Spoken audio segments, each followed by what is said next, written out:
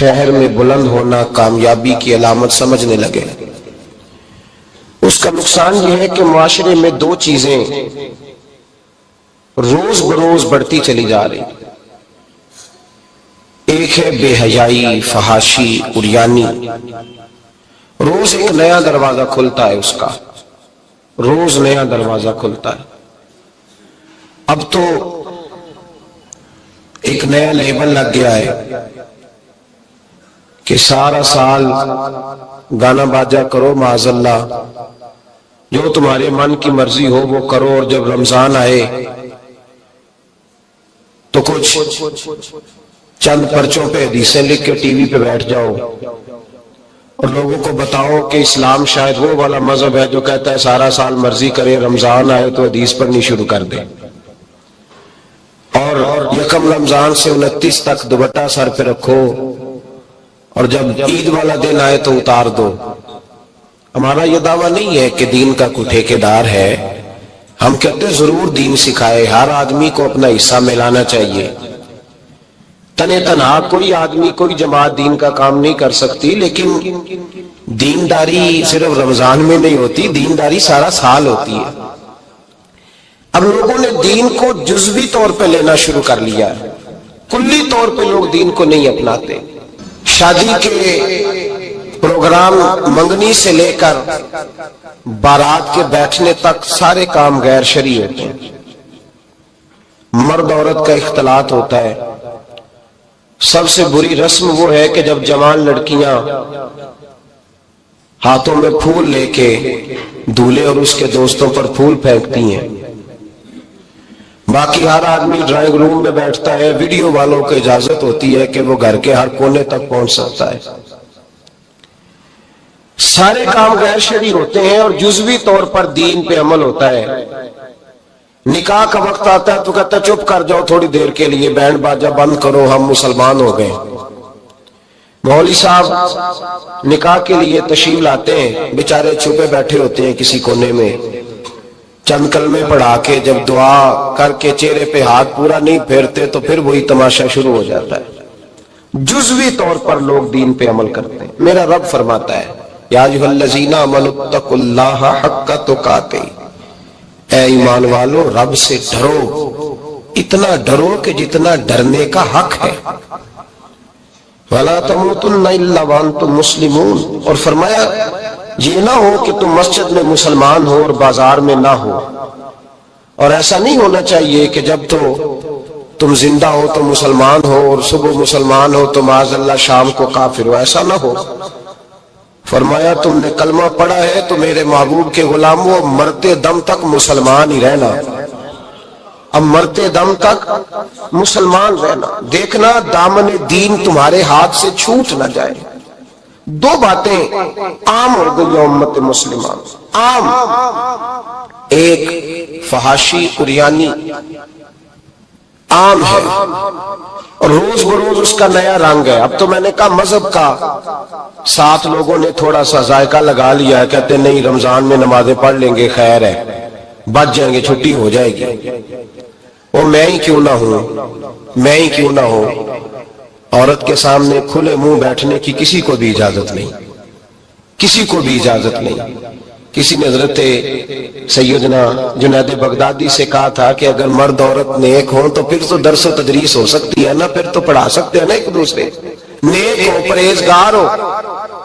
تو دین چونکہ میرے رسول پاک کا ہے صلی اللہ علیہ، یہ کسی ایک شخص کے اٹھ کے نئی بات کرنے سے اور اس کو نیا جدید کو ٹانکا لگانے سے بدل تھوڑی جائے گا۔ حضرت جنید بغدادی سے کہہ دیا کہ حضرت جی اگر دو بندے نیک ہوں تو پھر بات چیت ہو سکتی ہے۔ تو حضرت جنید بغدادی فرمانے لگے پڑھانے والے حسن بصری ہو اور پڑھانے والی رابعہ بصری ہو تو پھر بھی ان کو اجازت نہیں ہے، پھر بھی اجازت نہیں کہ بے پردہ ایک دوسرے کے سامنے بیٹھیں، پھر بھی ان کو اجازت، بے پردگی کی پھر بھی اجازت نہیں۔ اور میرے اعلیٰ حضرت امام اہل سنت فاضل و محدث بریلوی، دین کا اتنا بڑا سپاہی آپ کو ڈھونڈنے سے نہیں ملے گا جتنا اللہ نے بریلی میں بڑا پیدا فرمایا ہے۔ اور ہر محاذ پر کسی نے کہا حضرت جی بے پردہ بی بی مزار پہ جا سکتی ہے، اجازت ہے؟ تو قلم ہے بریلی کے بادشاہ کا، اور رضا کے نیزے کی مار ہے کہ عدو کے سینے میں غار ہے۔ کیا فرماتے اعلیٰ حضرت؟ آپ فرماتے کیا پوچھا تم نے، بے پردہ عورت مزار پہ پیر کے پاس جا سکتی ہے؟ میں یہ نہ پوچھو، احمد رضا سے یہ پوچھو کہ جائے گی تو لانتے کتنی برسیں گی، یہ والا سوال پوچھو۔ عام ہے بے پردگی، عام، کھلے عام۔ اور میرے بھائی لوگ کہتے ہیں جدید ہونا چاہیے، یاد رکھو اسلام فقط گناہ سے منع نہیں کرتا، اسلام وہ دروازہ ہی بند کرتا ہے جس رستے سے گناہ ہو سکتا ہے، وہ دروازہ ہی بند ہے۔ کہا مرد اور عورت کو ایک دوسرے کا چہرہ دیکھنے کی اجازت ہی نہیں۔ میرے رسول کریم صلی اللہ علیہ وسلم نے فرمایا زنا صرف مرد اور عورت کی خلوت صحیحہ کا نام تھوڑی ہے، فرمایا جس نے اپنی آنکھ کو گندا کیا وہ آنکھ کا زانی ہے، اور جس شخص نے اپنے کان سے بری بات سنی وہ کان کا بدکار ہے، اور محبوب فرماتے جس نے اپنی آنکھوں سے بری چیز کو دیکھا وہ آنکھ کا، اور جس نے بول کر لذت کا یہ سامان فراہم کیا وہ زبان کا زانی ہے، اسے بھی قیامت کے دن اسی طرح پوچھا جائے گا جس طرح زانی کو پوچھا جائے گا۔ میرے بھائی امت مسلمہ کا وقار، میرے رسول کریم علیہ الصلوۃ والسلام کے غلاموں کے دلوں میں شرم و حیا بھر دیا گیا۔ علامہ واقدی کہتے ہیں حضرت سعد بن ابی وقاص نے مدائن فتح کیا۔ مدائن کا ایک شہر تھا، اس کی بڑی بڑی اونچی بلڈنگیں تھیں، جو آدمی بھی جاتا تھا وہ سب سے پہلے جس شہر کی کوئی چیز معروف ہوتی ہے لوگ اس کو دیکھتے ہیں، اونچی اونچی بلڈنگیں تھی، سب سے زیادہ اس شہر کے لوگوں نے اونچے مکانات اور زیادہ تعمیرات کر رکھی تھی۔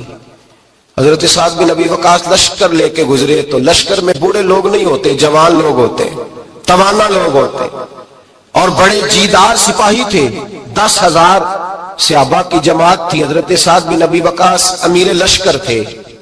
اب عیسائیوں نے ایک چال چلی، انہوں نے کہا مسلمان جب بازار سے گزریں گے لڑائی تو ہم ان کے ساتھ لڑ نہیں سکے، ہم وہ والا طریقہ اختیار کرتے ہیں کہ مسلمان قابو میں آ جائیں گے، ہم عورت کو بطور تیر کے استعمال کرتے ہیں، ہم اس کو بطور جال کے پھینکتے ہیں۔ کیا کیا؟ عورتوں کے ہاتھوں میں پھول دیے، پلیٹیں پکڑائیں، بلڈنگوں کی چھتوں پہ کھڑا کر دیا، فرمایا تم ان پر پھول پھینکنا، اگر 2-4 سپاہی بھی ہم اپنے قابو میں کرنے میں کامیاب ہو گئے تو درار تو پڑ گئی نا، تم ان پر پھول پھینکنا۔ یہ دیکھیں رسم چلی کہاں سے، ہم نے اپنا لی ہے، چلی کہاں سے اور ہم نے اس کو اخذ کر لیا، رواج بن گیا۔ حضرت سعد بن ابی وقاص رضی اللہ تعالیٰ عنہ جب اس بازار سے گزرے تو آگے آگے امیر لشکر کا گھوڑا تھا، پیچھے 10,000 صحابہ گھوڑوں پہ بیٹھے ہیں۔ حضرت سعد بن ابی وقاص سے نظر اٹھا کے دیکھا تو عورتیں تو کھڑی ہیں، پھول لیے، کفر کی چال کو سمجھ گئے کہ یہ بے حیائی کا جال پھینک کے ملت کے جوانوں کے دلوں سے غیرت ایمانی چھیننا چاہتے ہیں، یہ مسلمانوں کے دلوں سے تقوی کی روشنی چھیننا چاہتے ہیں، یہ قرآن پاک کا سرور اور عبادت کا نور چھیننا چاہتے ہیں، یہ بے حیائی کا کلک لگا کے ان کے دلوں سے رسول اللہ کا درود چھیننا چاہتے ہیں، یہ محبت رسول کے سوتے خشک کرنا چاہتے ہیں۔ جب دیکھا تو فوری طور پہ گھوڑے پہ چڑھے اور جناب سعد نے قرآن پڑھنا شروع کر دیا، وَقُلْ لِلْمُؤْمِنِينَ يَغُضُّوا مِنْ أَبْصَارِهِمْ، کہا مومنو تمہارے رب نے تمہارے نبی کی زبان سے تمہیں حکم دیا ہے کہ تم نے نظریں نیچی رکھنی ہے۔ جب حضرت سعد بن ابی وقاص نے آیت پڑھی تو صحابہ کہتے ہیں ہمیں یوں لگا کہ جیسے ابھی آیت نازل ہو رہی ہے اور سیدھی دلوں سے ٹکرا رہی ہے۔ 10,000 کا لشکر گزر گیا، عورتیں پھول پھینکتی رہیں، لیکن کسی ایک صحابی نے بھی نظر اٹھا کے نہیں دیکھا۔ جب لشکر گزرا تو ان بیبیوں نے پلیٹیں پھینکی اور کہنے لگی عیسائیوں تم کتنے نالائق اور کس قدر بڑے تم بد تہذیب ہو کہ اپنی عورتیں استعمال کرتے ہو لوگوں کو قابو کرنے کے لیے، کس قدر تم زیادہ غیرت سے گرے ہوئے ہو، اور یہ کتنا اعلیٰ طبقہ ہے کہ ہم دادے توجہ دیتی رہی، انہوں نے پلٹ کے نہیں دیکھا، کہنے لگے تم جھوٹے ہو، اور جس رسول کے غلام اتنے اعلیٰ درجے کے پائے کے حیا والے ہیں وہ نبی کی نشان والا ہوگا۔ بیبیوں نے کلمہ پڑھنا شروع کر دیا۔ بھائی یاد رکھیں یہ جو آج جگہ جگہ مسلمانوں کے خلاف کفر کی سازش ہے، میری ملت کا جوان روز رات کو 10 میسج ٹائپ کرتا ہے، یہ روز رات کو 20 نمبر اپنے موبائل پہ رکھتا ہے اور فخر کے ساتھ بیان کرتا ہے، اور بڑی تکلیف کے ساتھ بات کہنی پڑتی ہے کہ اس کے ابا جی کو بھی پتا ہے کہ بچے کے موبائل میں نمبر ہیں، اس کے گھر والوں کو بھی پتا ہے، اور لوگ ہیں کہ اس کو ایک شغل سمجھ کے، ایک چھوٹا سا بچے کا شوق سمجھ کے اس کو درگزر کر رہے ہیں۔ تجھے پتا نہیں کہ جب انسان کی یہ سوچ ہوتی ہے، جب اس کا یہ نظریہ ہوتا ہے تو ایمانی قوتیں کتنی زائل ہوتی ہیں۔ جب نوجوان کی نظر کے اندر عیب پیدا ہوتا ہے تو پھر اس سے نماز کی لذت جاتی رہتی ہے، قرآن پاک کا ذائقہ جاتا رہتا ہے، درود پاک کا ذائقہ جاتا رہتا ہے۔ اٹھائیے مسند امام احمد بن حنبل، میرے رسول کریم صلی اللہ علیہ وسلم کی بارگاہ میں صحابی نے آ کے عرض کی، یا رسول اللہ میں بڑی اچھے طریقے سے وضو کرتا ہوں، ٹائم نکال کے مسجد آتا ہوں، حضور میں پابندی سے پڑھنے کی کوشش کرتا ہوں، لیکن اے معصوم آمنہ، یا رسول اللہ میرا نماز میں دل نہیں لگتا، حضور میری طبیعت نہیں جمتی، میرا دوڑ جانے کو دل کرتا ہے، کوئی نسخہ بتلائیے۔ محبوب نے فرمایا تو اپنی نظر کو پاک کر لے، تیرے نبی کا وعدہ ہے تیرا نماز میں دل لگنا شروع ہو جائے گا۔ اپنی نظر میں پاکیزگی پیدا کر۔ محمد بن قاسم آئے، اگر یہ بات آپ کی سمجھ میں آ گئی تو حد ہو گئی۔ محمد بن قاسم جب یہاں آئے نا ہندوستان میں، تو عجیب واقعہ لکھا ہے ان کے حالات میں۔ یہاں آئے تو نیا علاقہ تھا، ہندوستان کی سڑکوں سے چوکوں سے واقف نہیں تھے۔ جب تشریف لائے، راجہ دہر ان کے مقابلے میں تھا، جنگ کرنی تھی، لشکر لائے تو خود بھی ابھی 17 سال یا 19 سال کے جوان تھے، اور ساتھ بھی لشکر جوانوں کا تھا۔ ایک بزرگ تھے قافلے میں، بزرگ کہتے ہیں میری محمد بن قاسم سے ملاقات ہوئی تو میں نے اس شخص کے چہرے پر پریشانی دیکھی، شدید تکلیف میں دیکھا، تو میں نے کہا جرنیل مسلمانوں کے تو کس پریشانی میں ہے؟ تو محمد بن قاسم کہنے لگے پریشانی یہ ہے کہ ہم عربی ہیں، یہ عجم کا علاقہ ہے، ہم تو رستوں سے بھی واقف نہیں۔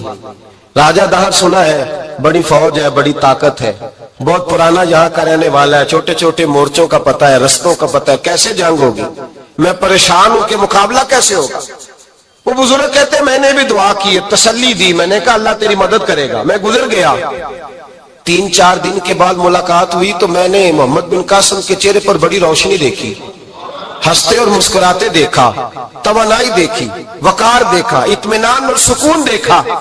میں نے کہا خیریت تو ہے، پرسوں ترسوں تو بڑے پریشان تھے، آج کیا ہوا؟ اگر یہ بات سمجھ میں آ گئی میری ملت کے جوان کے، اگر یہ بات سمجھ میں آ گئی تو شاید اسے ڈھب اور سلیقہ آ جائے جینے کا، شاید یہ سمجھ جائے کہ میری توانائی کا راز کہاں ہے۔ کہنے لگے بھائی پرسوں ترسوں بڑے پریشان تھے، آج کیا ہوا؟ جواب دیا کہ تاریخ بنا دی، اس 17 سال کے جوان نے تاریخ بنا دی۔ کہنے لگا میں بے فکر ہو گیا ہوں، راجہ دہر میرا مقابلہ نہیں کر سکتا، وہ 2 دن نہیں کھڑا ہو سکتا میرے سامنے۔ کا وجہ کیا ہے؟ محمد بن قاسم کہنے لگے میں نے تحقیق کی ہے، مجھے پتا چلا ہے کہ راجہ دہر ذہن کا گندا ہے، نظر کا ناپاک ہے، وہ سینے بند کا برا ہے۔ مجھے پتا چلا ہے وہ تو چچا زاد بہن کو نہیں چھوڑتا، وہ تو خالہ زاد پہ بری نظر رکھتا ہے۔ مجھے پتا چلا ہے کہ اس کے تو اپنے علاقے کی عورتیں اس کی نظر سے محفوظ نہیں ہے۔ کہنے لگا جو گندی نظر کا جوان ہوتا ہے وہ کسی میدان میں نہیں ٹھہر سکتا۔ کہنے لگا میری 17 اور 19 سال کی جوانی ہے، مجھے قسم ہے گنبد خضرا کی، میں نے جب بھی دیکھا ہے یا مصطفیٰ کا درود دیکھا ہے یا رسول اللہ پہ نازل ہونے والا قرآن دیکھا ہے۔ میرا مقابلہ کیسے کرے گا؟ میرے مقابلے میں کیسے آئے گا؟ جو نظر کا گندا ہو، کردار کا ناپاک ہو، وہ کسی کے مقابلے میں آ سکتا؟ اور ملت کے جوان یاد رکھ، جب تک نظریں ناپاک ہوتی ہیں اس وقت تک وجود کمزور ہوتے ہیں، جب تک نظریں ناپاک ہوتی ہیں ارادوں میں دراڑیں ہوتی ہیں، جب نظریں ناپاک ہوتی ہیں پھر عقیدے متزلزل ہوتے ہیں، جب نظریں ناپاک ہوتی ہیں پھر انسان کوئی بھی مہم سر نہیں کر سکتا، اور جب نظر پاک ہوتی ہے۔ حضرت عبداللہ بن حذافہ جہاد کر رہے تھے، روم کے عیسائیوں نے گرفتار کر لیا، 1000 آدمی نے مل کے پکڑا، گرفتار نہیں ہوتے تھے صحابی، 1000 آدمی نے گھیرا ڈالا، گرفتار کر کے لے گئے۔ اور جب بادشاہ کے سامنے گئے تو وزیر کہنے لگا بادشاہ بندہ بڑے کام کا ہے، اگر ہمارے قابو آ گیا تو فائدہ دے گا، صحابی ہیں حضرت عبداللہ بن حذافہ، حضرت فاروق اعظم کا زمانہ ہے، اگر قابو آ گیا تو فائدہ دے گا۔ بادشاہ کہنے لگا کیوں، کیا خوبی ہے؟ کہنے لگے ہم 1000 آدمی تھے، یہ اکیلا قابو نہیں آ رہا تھا، 1000 آدمی تھے. اگر ہماری فوج میں شامل ہو گیا تو بہت بڑا جرنیل ملے گا. بادشاہ کہنے لگا کوئی مسئلہ نہیں، 2-3 چیزیں ہوتی ہیں بندے کو خریدنے کے لیے، خرید لیتے ہیں. بادشاہ کہنے لگا عبداللہ جتنی دولت تجھے چاہیے میں تجھے دے دیتا ہوں، میرے لشکر میں آ جا، معاذ اللہ اسلام چھوڑ دے. حضرت عبداللہ بن حذافہ کیا فرماتے ہیں بڑا تو بیوقوف ہے، میں نے دولت کمانی ہوتی تو مدینے میں بیٹھ کے تجارت کرتا. میں دولت کمانے نہیں نکلا، میں تو رسول اللہ کی رضا کمانے کے لیے نکلا ہوا ہوں. دولت کمانے ہوتی تو کسی مارکیٹ میں ہوتا، میدان میں آنا تو شہادت ہے مطلوب مقصود مومن، نہ مال غنیمت نہ کشور کشائی. یہ دولت تو لونڈی ہے رسول اللہ کے دروازے کی، یہ تو پیچھے پیچھے پھرتی ہے نبی پاک کے غلاموں. یہ کمانی ہوتی تو میں کسی مارکیٹ میں ہوتا، میدان میں تھوڑا ہوتا. عبداللہ بن حذافہ سے دوسری چال چلی. کہنے لگے میاں عہدہ جو تجھے چاہیے، میں بادشاہ ہوں، میرے نیچے جو عہدہ تو کہے گا وہ تجھے مل جائے گا. حضرت عبداللہ بن حذافہ کہنے لگے شاید تجھے پتہ نہیں میری تعریف کیا ہے، شاید تو جانتا نہیں میری تعریف کیا ہے. کہا صاحب کی کیا تعریف ہے؟ کہنے لگے میں رسول اللہ کا صحابی ہوں اور کائنات میں سب سے بڑا عہدہ مصطفیٰ کے صحابی ہونے کا عہدہ ہے. صحابہ وہ صحابہ تھے جن کی ہر صبح عید ہوتی تھی، خدا کا قرب حاصل تھا، نبی کی دید ہوتی تھی. فرمایا میں نے حضور کے جلوے دیکھے ہوئے ہیں، مجھے عہدے کی ضرورت ہی نہیں، اور میں نے عہدہ لینا ہوتا تو میں سیاست کرتا، میں تو شہادت لینے نکلا ہوں میدان میں، عہدے کا میں نے کیا کرنا ہے. اب بادشاہ کہنے لگا اسے قتل کر دو. وزیر کہنے لگا نہیں، ایک بات اور ہے، مجھے ایک چال اور چلنے دو. کہا وہ کیا؟ کہنے لگے میری بیٹی بڑی خوبصورت ہے، مجھے موقع دو اپنی بیٹی کو سجا بنا کے. وہ جوان جس کی جوانی اتنی بڑی ہے کہ 1000 آدمی مقابلے میں کھڑا نہیں ہوتا، اس جوان کے کمرے میں رات کی تنہائی میں بنا سوار کے بی بی کو بھیجا. وہ بی بی کہتی ہے میں ساری رات بن سور کے اس صحابی کے کمرے میں بیٹھی رہی، لیکن یہ کیا شخص تھا، ساری رات ہی مسلح پہ بیٹھا رہا، ساری رات ہی. کچھ دیر تھک جاتا تو یہ کریم رسول پہ درود پڑھنا شروع کر دیتا. بی بی کہتی ہے سحری ہو گئی تو میں نے چھو کے دیکھا کہ انسان ہے کہ جن ہے، یہ بندہ ہے کہ فرشتہ ہے. چھو کے دیکھا، کہنے لگے پیچھے ہٹ جا. میں نے کہا میں نے تو سنا تھا تو 1000 کے مقابلے میں ہے اور تو اتنا بے حس ہے کہ بنی سوری دلہن بیٹھی ہے، تو نے نظر نہیں کی. عبداللہ بن حذافہ، بی بی کہتی ہے نظر پھر نہیں اٹھائی، نظر پھر جھکی ہوئی ہے. کہنے لگے بی بی میں مجبور ہوں، اب میرے اوپر کوئی غسل نہیں چلتا، میں نے جلوہ بدوحا کا دیدار کیا ہوا ہے، اب میری نگاہوں میں جچتا نہیں کوئی، اس لیے کہ جیسے میرے سرکار ہے ایسا نہیں کوئی. کبھی بھی اب نہیں کسی کا میرے اوپر جادو چلتا. میں نے مصطفیٰ کو اور کہا ذرا پیچھے ہٹ کے بیٹھ، مجھے میرے رسول نے غیر محرم سے بچنے کا حکم دیا ہے، ذرا پیچھے ہٹ کے بیٹھ. سحری کا وقت تھا. وہ بی بی کہتی ہے اس نوجوان کے جملے میرا سینہ چیر گئے، کلیجہ پھٹ گیا، چیخ نکلی، میں کفر کے عالم میں روئی.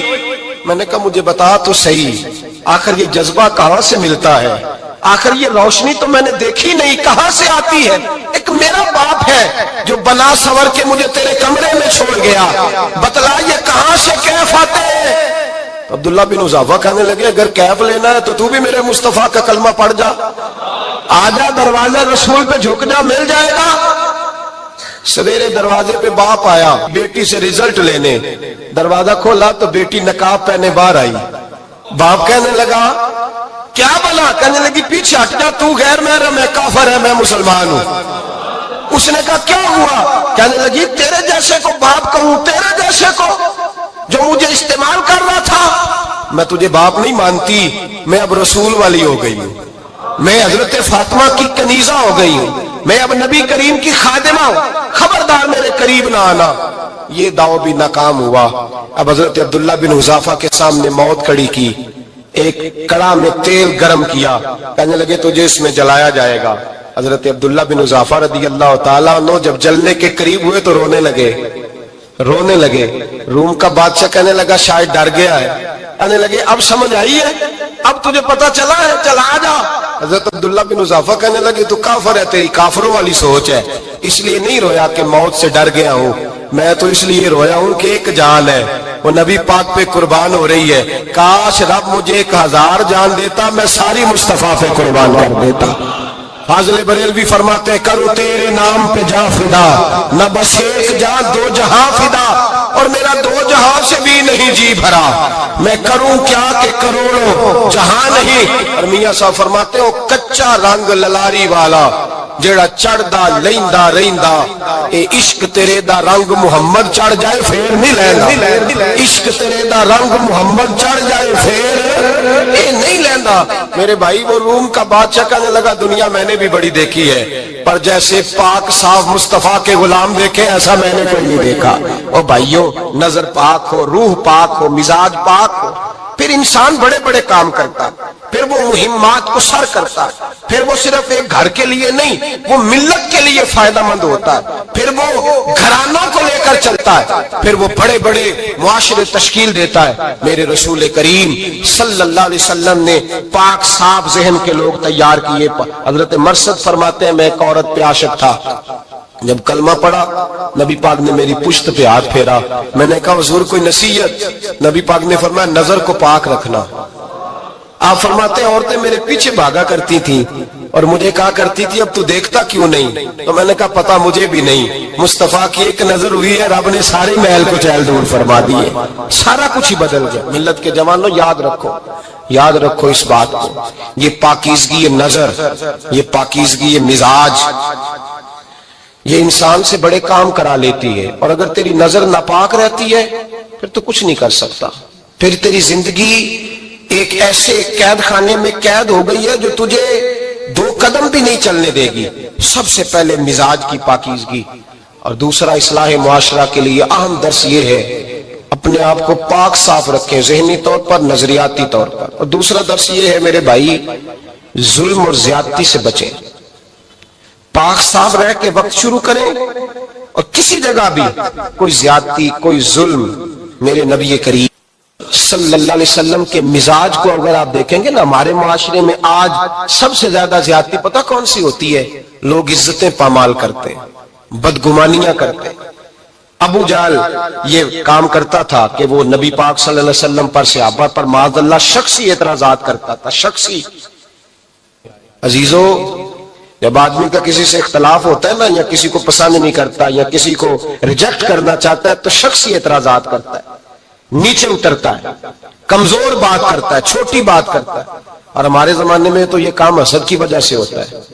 بڑے بڑے جماعتیں ٹوٹ جاتی ہیں، ملتوں کا شرازہ بکھر جاتا ہے، لیکن لوگ اپنی اس حرکت سے باز نہیں آتے، ساری زندگی ذاتی اور نجی اعتراضات کرتے رہے. ابو جہل کے اندر ہزاروں عیب پائے جاتے تھے، شرابی بھی تھا، بدکار بھی تھا، بے حیا بھی تھا، ظالم بھی تھا. میرے نبی پاک صلی اللہ علیہ وسلم نے اسے دین کا پیغام دیا ہے، لیکن تاریخ کی کسی کتاب میں آپ کو یہ نہیں ملے گا کہ حضور نے کبھی اس کی شخصیت پر اعتراض کیا ہو. یہ فرمایا ہے کہ بڑا فرعون ہے اس امت کا، لیکن نیچے اتر کر کبھی اس کی ذاتی اور شخصی زندگی پر کوئی زیادتی صحابہ کی طرف سے اور نبی پاک کی طرف سے. بہت بڑی بات سمجھا رہا ہوں اگر آپ کی سمجھ میں آئے تو. ہم ذاتیات پر اترتے، ذات پر اتر کر زیادتی کرتے، ذات پر. ہمارا اب ظلم نجی سطح سے شروع ہو رہا ہے اور پوری ملت کو لپیٹ میں لے رہا ہے. پوری ملت چھوٹی چھوٹی زیادتی ہیں جو پورے معاشرے کو اپنی لپیٹ میں لیتی ہیں. میرے نبی کریم علیہ السلام نے جو دین ہمیں دیا ہے وہ خیر خواہی کا مذہب ہے، وہ بھلا کرنے کا مذہب ہے، وہ کام آنے کا مذہب ہے، وہ ظلم سے بچنے کا مذہب ہے. میرے نبی پاک نے فرمایا ظلم سے بچ جانا، قیامت کے اندھیروں میں جو بڑا اندھیرا ہوگا وہ ظلم ہوگا. اصلاح معاشرہ کانفرنس کا پہلا سبق میں نے عرض کیا کہ نظر کو، ذہن کو، سوچ کو پاک رکھیں، اور دوسرا زندگی میں کبھی زیادتی نہ کریں، کبھی بھی اپنے مخالف پر بھی کبھی شخصی، ذاتی اور نجی اعتراضات نہ کریں. یہ انسان کے اندر کا ظلم ہوتا ہے. ہمارے گھروں کے اندر سے ظلم جنم دینے لگا ہے. روز بہو پہ تیل چھڑکا جاتا ہے، روز کسی نہ کسی شہر سے، اپنے ہی گھر سے، اپنے ہی چراغ کو بند کرنے کی خبر نکلتی ہے. سڑکوں پہ، چوکوں پہ، چوراہوں میں غریب مسلے جاتے ہیں، جس کے ہاتھ جہاں تک پہنچتے ہیں وہ وہاں تک معاذ اللہ زیادتی کر گزرتا ہے. اگر قوم ظلم سے بچنے لگے، زیادتی سے بچنے لگے، تکلیف دینے سے بچنے لگے تو معاشرہ سنور جائے گا. میرے رسول کریم علیہ السلام نے اپنے غلاموں سے پوچھا تھا بتاؤ مفلس کون ہوتا ہے، کون ہے جس کے پاس کچھ نہیں ہوتا؟ صحابہ نے کہا یا رسول اللہ جس کے پاس پیسے نہ ہو۔ بخاری مسلم متفق علیہ حدیث ہے۔ نبی کریم نے فرمایا نہ بھائی، مفلس تو وہ ہوگا جو قیامت کے دن احد پہاڑ کے برابر نیکیاں لے کے آئے گا۔ یا رسول اللہ اتنی نیکیاں پھر بھی مفلس ہے، پھر بھی غریب ہے؟ تو نبی پاک نے فرمایا نیکیاں پہاڑ کے برابر ہیں، پر اس نے چغلیاں بڑی کی ہیں، غیبتیں بڑی کی ہیں، مذاق بڑے اڑائے، اس نے لوگوں پر پھبتیاں بڑی کسی ہیں، تان و تشنی بڑے کیے، ظلم بڑے کیے، گالی بڑی دی، لوگوں کے بارے میں بری باتیں کی۔ اب رب کریم نے وہ ساری نیکیاں لوگوں میں بانٹ دی، یہ مفلس ہو گیا، غریب ہو گیا۔ زیادتی نہیں کریں، ظلم نہ کریں، اپنی نجی زندگی سے لے کر گھر کے اندر سے لے کر اجتماعی زندگی تک زیادتی سے بچیں۔ میرے نبی کریم علیہ السلام نے اپنے غلاموں کو یہ درس دیا ہے، دیکھنا کبھی زیادتی نہ ہونے پائے، دیکھنا کہیں ظلم نہ ہونے پائے، دیکھنا کسی شخص کو تمہارے قول فعل سے، تمہارے مزاج سے تکلیف نہ پہنچے۔ میرے بھائیوں، حضرت وہب ابن منبہ علیہ رحمہ فرماتے ہیں کہ بنی اسرائیل کے اندر ایک بادشاہ محل بنانے جا رہا تھا۔ محل آج بھی جس آدمی کی سوسائٹی کے اندر 2-4 کلے 2-4 ایکڑ کسی غریب کے آ جائیں، وہ یا تو اسے دھمکاتا ہے یا بلیک میل کرتا ہے، کچھ نہ ہو سکے تو پھر قتل ہی کرا دیتا ہے معاذ اللہ۔ اور یہ خبریں عام ہمیں سننے پڑھنے اور دیکھنے کو ملتی ہیں۔ بادشاہ محل بنانے جا رہا تھا، ایک غریب بی بی رہتی تھی، اس کی جھونپڑی بادشاہ کے محل کے نقشے میں آتی تھی۔ بادشاہ نے کہا بی بی منہ مانگی قیمت لے لو، خالی کر دو یہ مکان۔ بزرگوں کو اپنے جھونپڑیوں سے بڑی دلچسپی ہوتی ہے، بچے سوسائٹیوں میں چلے جاتے ہیں، ابا جی کہتے ہیں مجھے گاؤں میں رہنے دو، میرا یہی دل لگتا ہے، میں مجھے اس گھر سے دلچسپی ہو گئی۔ اماں کہنے لگی بادشاہ میں یہاں بیاہ کے آئی تھی، خامد انتقال کر گیا، اولاد اللہ نے دی نہیں، میں پکا ہوا پھالوں، گر جاؤں گی تو تیرا ہی ہے، لیکن مجھے اس آشیانے میں رہنے دے، یہ گھونسلہ میں نے تنکا کر کے بنایا ہے، مجھے رہنے دے، نہ مجھے نکال۔ کہنے لگا میرا نقشہ خراب ہوتا ہے۔ بی بی سارا دن مکان میں بیٹھی رہتی کہ میری جھونپڑی ٹوٹ نہ جائے، ظالم کی نظر میں آ گئی ہے کہیں میرا یہ آرزوؤں کا محل چکنا چور نہ ہو جائے، سارا دن ڈیوٹی کرتی۔ بادشاہ نے بھی 2-4 سپاہی کھڑے کر دیے، جب گھر سے نکلے تو بلڈوز کر دینا، مکان کو گرا دینا۔ وہ خاتون کتنی دن بندہ بیٹھ سکتا ہے؟ ایک دن سر شام گھر سے نکلی، 2-1 گھنٹے کے بعد واپس آئی تو مکان گر گیا تھا، دیوار بن گئی تھی۔ حضرت وہب ابن منبہ فرماتے ہیں بس اس نے دعا کی تو رب کریم نے وہ شہر سارا تباہ کر دیا۔ اس بی بی نے 2 جملے کہے تو الٹ پلٹ دیا وہ سارا شہر۔ میرے نبی کریم علیہ السلام نے فرمایا جب مظلوم کے ہاتھ دعا کے لیے اٹھتے ہیں تو عرش کا مالک آسمان سے کہتا ہے کھول دے سارے دروازے، اس کے بیچ کوئی پردہ نہیں رہنا چاہیے، آنے دے، مظلوم ہے، اس پر ظلم ہوا ہے، ظلم ہوا ہے۔ لوگ کہتے ہیں میں بے چین رہتا ہوں صاحب، مولانا صاحب پیر صاحب، وہ گھر کے ایک کونے سے چیخنے کی آواز آتی ہے، کوئی دم مل جائے، کوئی تعویذ ہو جائے، کچھ ایسا ہو جائے کہ بچت ہو جائے، کوئی ایسی پھونک لگ جائے کہ آرام آ جائے۔ تو میں کہتا ہوں بھائی اگر بڑے دم کرانے سے بھی فرق نہیں پڑا، اگر بڑے تعویذ لینے سے بھی چیخیں بند نہیں ہوئی، تو ذرا ٹٹول کے دیکھ لو کہیں کسی یتیم کی آہیں ہی نہ دفن ہو وہاں، کہیں کسی غریب کا گوشت تو نہیں دبا لیا، کہیں کسی کو لوٹ کے تو دیوار نہیں بنا لی، کہیں کسی کا مکان پہ قبضہ کر کے تو نہیں بنایا۔ اگر لوٹ اور حرام کا مال ہو تو پھر چیخیں بند نہیں ہوتی، پھر سکون سے سویا نہیں جاتا، پھر وہاں آرام کی نیند نہیں آتی۔ حضرت وہب ابن منبہ فرماتے ہیں بی بی آئی اور آ کر کے اس نے جب دیکھا میرا گھر ٹوٹ گیا ہے، محل ٹوٹ گیا ہے، حالات بدل گئے ہیں، تو وہ خاتون آتی ہے اور میرے بھائی دعا کی تو اس نے انداز ہی بدل کے رکھ دیے۔ مکان سے نکلی تو مکان ٹوٹ گیا، اور فرماتے واپس آئی تو ہاتھ پھیلا کے پتہ کیا کہتی ہے؟ کہتی اے اللہ میں تو موجود نہیں تھی، بتا تو کہاں گیا تھا؟ تو بھی موجود نہیں تھا، میں تو نہیں تھی، پر تو کہاں تھا؟ بس رب کریم نے حضرت جبریل کو حکم دیا، فرمایا یہ بستی الٹ دو، ساری تباہ کر دو، یہ لوگ نہیں رہنے چاہیے، جو ظلم تو سہتے ہیں بغاوت نہیں کرتے، نہیں رہنے چاہیے۔ صاحب طبقات کہتے ہیں میرے مصطفیٰ کریم سید عالم صلی اللہ علیہ وسلم کے وصال ظاہری کے ایام قریب آئے تو حضور نے سرخ پٹی باندھی، تیز بخار ہے نبی کریم کو، 2 صحابہ سہارا دے کے مسجد میں لائے، نبی پاک علیہ السلام کو بظاہر سہارا دے کے لایا گیا، کریم رسول نے لوگوں کو جمع کیا، حضور آج کیا ہونے والا ہے، آج کیا کہا جائے گا، آج کس لیے میٹنگ بلائی ہے؟ نبی کریم کے کل صحابہ جو مسجد میں جمع ہوئے تو کھچا کھچ مسجد بھری ہے۔ مثال ظاہری سے چند یوم پہلے کی بات، نبی پاک نے فرمایا آج تمہیں کوئی جہاد کی ترغیب نہیں دینی، آج کوئی نیا پیغام نہیں دینا، آج تمہیں بتانا ہے کہ رب نے اپنے بندے کو اختیار دیا ہے، چاہے تو دنیا میں رہے، چاہے تو اس کی بارگاہ میں حاضر ہو جائے۔ اس عبد نے بارگاہ ربوبیت کی طرف لوٹنے کا ارادہ کر لیا ہے۔ حضرت صدیق اکبر رونے لگے تو صحابہ نے کہا تمہیں کیا ہوا؟ کہنے لگے سمجھ نہیں رہے، کسی کی بات نہیں کر رہے، نبی پاک تو اپنی بات فرما رہے ہیں، اس نے جانے کا ارادہ کر لیا۔ سنیے میرے بھائی، محبوب پاک نے فرمایا بھائی کسی شخص کو میری طرف سے کوئی تکلیف پہنچی ہو تو بدلہ لے سکتا ہے، بدلہ لے سکتا ہے، کسی کو تکلیف پہنچی ہو۔ صحابہ پھوٹ کے رونے لگے، محبوبہ کرم ہی کرم ہوا ہے، رحمت ہی رحمت آئی، آپ کے بارے میں گمان کرنے والا بھی دائرہ ایمان سے نکل جائے گا۔ حضور آپ کیا فرما رہے ہیں؟ فرمایا نہیں بھائی اٹھو۔ پیچھے سے جناب عکاشہ بن محصن اٹھے، ہاتھ کانپتے ہیں آگے بڑھے، کہنے لگے یا رسول اللہ، ایک جنگ کے موقع پر آپ نے درہ مارا تھا، ننگی پیٹھ پر صفیں سیدھی کراتے، بات دل میں رہ گئی ہے، میں نے بدلہ لینا ہے۔ نبی کریم نے فرمایا بلال دوڑ کے جاؤ، فاطمہ کے گھر درہ پڑا ہے، درہ لاؤ۔ سیدنا بلال حبشی کہتے میں گیا، دستک دی سیدہ طیبہ طاہرہ، حضرت فاطمہ فرمانے لگی بلال کیسے آئے ہو؟ اماں جی وہ درہ چاہیے تھا۔ سیدہ کو تشویش ہوئی، کہنے لگے بلال نہ تو جنگ پہ جانا ہے، نہ جہاد ہے، نہ کوئی ایسا موقع ہے، حضور کی تو طبیعت مبارک بظاہر بڑی علیل ہے، درہ کیا کریں گے؟ حضرت بلال عرض کرنے لگے اماں جی ایک صحابی بدلہ لینے لگے ہیں، صاحب طبقات نے جملے لکھے ہیں، کہتے ہیں بی بی صاحبہ نے درہ بھی دیا اور امام حسن حسین کو بھی باہر نکالا۔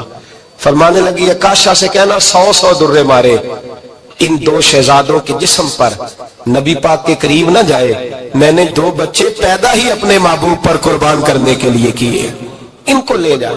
حضرت بلال کہتے ہیں میں 2 شہزادے لے کے آیا، اور جب دروازے میں لے کے پہنچا تو نبی پاک نے دیکھا تو آنکھوں میں آنسو آ گئے۔ فرمایا ان کو بٹھا دو، مجھے پتا ہے فاطمہ نے کیا کہہ کے بھیجا ہے۔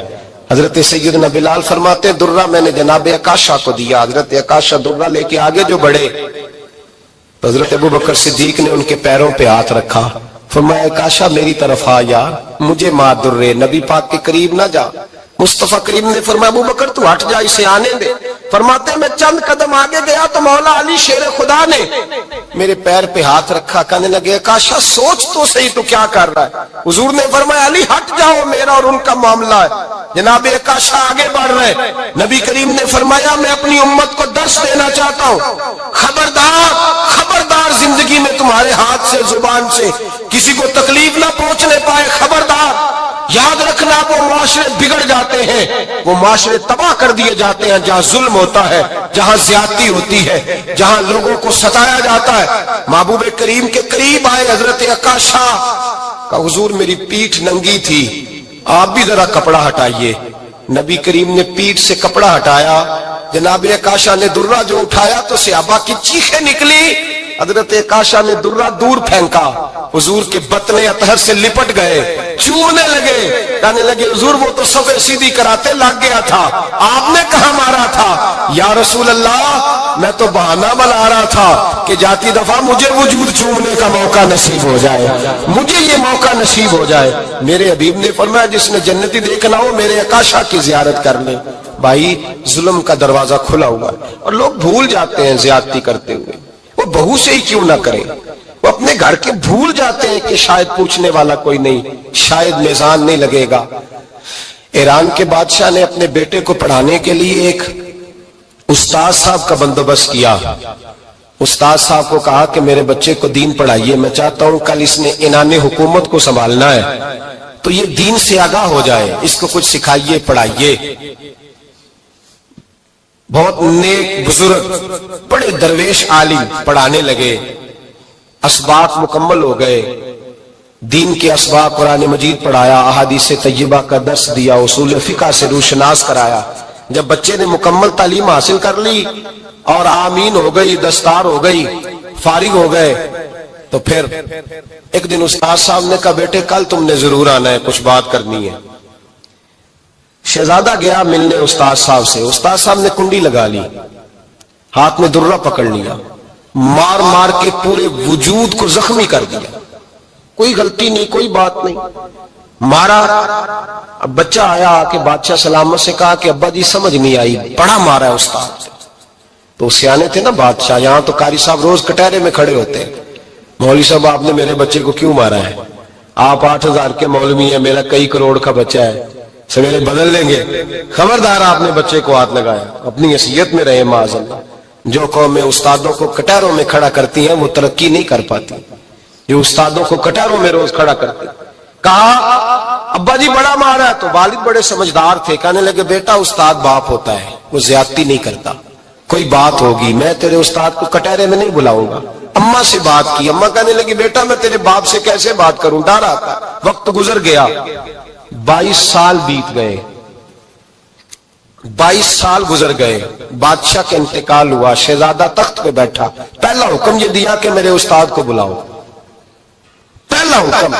استاد جی بوڑھے ہو گئے تھے، چھڑی کے اوپر ٹیک لگا کے آئے اور بھویں سفید ہو کے جھک گئی تھیں، یوں آنکھ کھول کے بڑی مشکل سے دیکھا، کہنے لگے شہزادے حکم ہو۔ کب میں شہزادہ نہیں، اب میں بادشاہ بن گیا ہوں۔ استاد جی 22 سال بیت گئے، آپ نے مارا تھا، پر وہ درد چونکہ زیادتی کی تھی، میرا قصور کوئی نہیں تھا، تو نہ میری روح سے درد گیا ہے نہ میرے جسم سے گیا ہے، میں بے اختیار تھا، پوچھ نہیں سکتا تھا، آج با اختیار ہوا ہوں۔ سب سے پہلے پہلا حکم آپ کو دیا، بلایا ہے، بتائے کیوں مارا تھا، کیوں مجھے مارا تھا، میری زیادتی بتائے۔ تو استاد، بوڑھے استاد کی آنکھیں آنسوں سے بھر گئیں، کہنے لگے بیٹے بس آج کے دن کے لیے مارا تھا، یہ جو دن آ گیا نا میری زندگی میں اس لیے مارا تھا، یہ میں چاہتا تھا میری زندگی میں وقت ہے، آج کے بس میری مراد پوری ہو گئی۔ کہ صاحب کس لیے، مجھے بھی سمجھائے۔ آپ فرمانے لگے کتنی دیر ہو گئی تجھے مار کھائے ہوئے، کتنا زمانہ بیت گیا؟ کہنے لگا 22 سال۔ فرمایا زخم بھولے تو نہیں، درد ختم تو نہیں ہوئی، تمہیں بات ایک منٹ کے لیے بھی تمہارے حافظے سے محو تو نہیں ہوئی؟ کہ استاد جی روز رات کو یاد آتی، روز خیال آتا تھا۔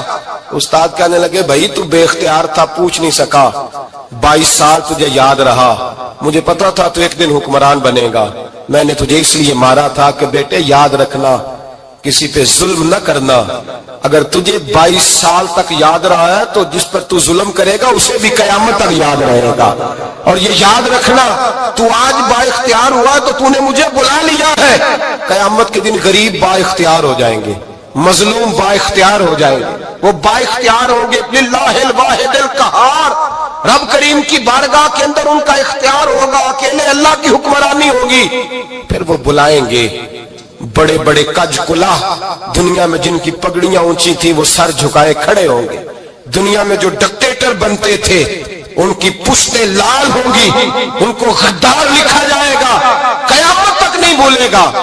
ظلم کرنا تو سوچ سمجھ کے کرنا، اتنا کرنا جتنا تم سہ سکتے ہو، اتنی زیادتی کرنا جتنی قیامت میں تم برداشت کر سکتے ہو۔ میرے نبی کریم صلی اللہ علیہ وسلم نے فرمایا ظلم سے بچو، یہ قیامت کے اندھیروں میں سے ایک اندھیرا ہوگا، زندگی میں زیادتی نہ کریں، اگر تھوڑی دیر کے لیے کوئی چیز برداشت کر جائیں گے تو وہ فائدہ دے جائے گی، کچھ دیر کے لیے اگر سہ جائیں گے تو نفع مل جائے گا، سہنے کی کوشش کریں۔ بڑے عشق پریم دی نگری وچ ہو اسی اپنا آپ گوا بیٹھے، ایک مکیوں خالی مڑیاں دے